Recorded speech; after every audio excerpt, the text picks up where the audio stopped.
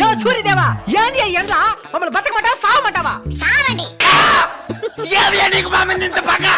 నాకు ఎవరి మీద పగ ఉండదు నాయనా, నా ధర్మం నేను నిర్వర్తిస్తున్నాను. ఏది నీ ధర్మమో? మమ్మల్ని చంపేసేదా?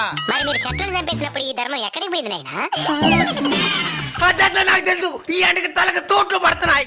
మీరు వాడి ఏసీల వల్ల ఓజన పరికి ఎప్పుడో తూట్లు పడింది నాయన.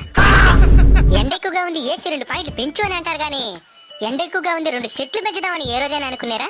అంటే అది చెరువులు కూడా ఎండిపోతున్నాయి సామి. నీళ్ళుండాల్సిన చెరువులో నిలువెత్తి బోడాలుంటే ఎవరేం చేస్తారు నాయనా?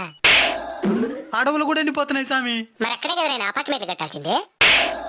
సామి ఈ ఎండ నుంచి బయటపడేదానికి ఏదైనా మార్గం చెప్పు సామి. వృక్షో రక్షిత రక్షిత.